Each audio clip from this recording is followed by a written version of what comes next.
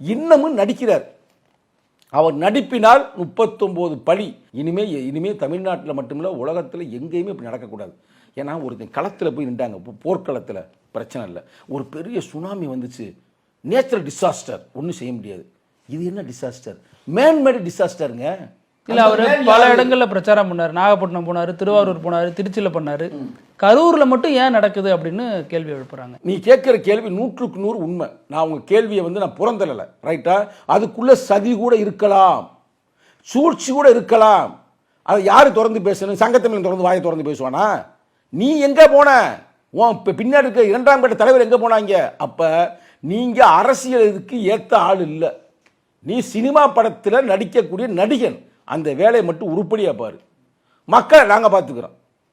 மக்கள் நீ பழியாகி போயிட்டானே, என்னால் அதையும் ஏற்றுக்கொள்ள முடியல. பிறகு மற்றெல்லாம் விடுபிறதார்.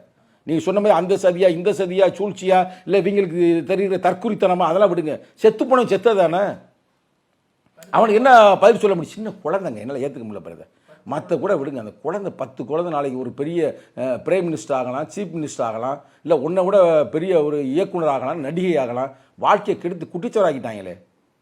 இல்லை ஒன்றை விட பெரிய நடிகர் ஆகலாம், ஆஸ்கர் அவார்டு கூட வாங்கலாம். கரெக்டு தானே? அப்போ அந்த 10 பேர் உயிரை நீங்கள் காலி பண்ணியிருக்கிறியே, நீலாம் என்ன, நீலாம் தலைவனா? இதெல்லாம் தற்குறித்தனம்ங்க, வேற ஒன்றுமே இல்லை.